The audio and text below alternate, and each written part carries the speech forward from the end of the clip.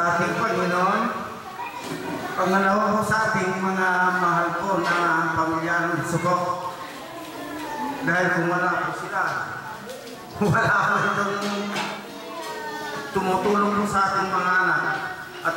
At sa tama po yung sinabi ni Sir Lori po, ewan ko nga ba, magmula po nung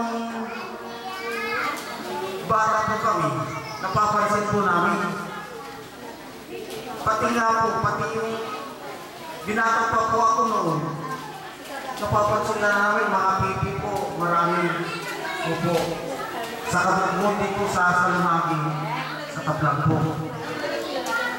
Eh nung nag-asawa ako, ayan, may special child na rin po ako. Ewan ko nga po kung anong pag-aaral po ang magandang gawin. Opo, at saka yung mga kwanto kasi ang tubig sa Tablang, galing po dito sa bayan. Kabayanan po sa Sampot, may drainage po papunta dito po sa Tablang. Dito po sa Ura, papunta po sa lahat po dyan ng tax basis po ng tubig. Ewan ko nga po ba kung sana po, hindi po natin alam. At nagpapasalamat nga po kami na po sa aming mahal na teachers po, teacher ng Tablang po, nagtuturo ng speech si Madam Sarasar po. Marami pong salamat.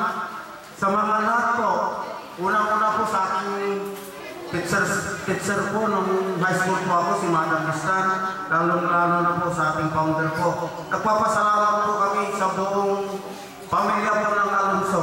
At Bistan po, maraming salamat sa inyong ginagawa para sa mga special child po dito sa bayan ng Panaki.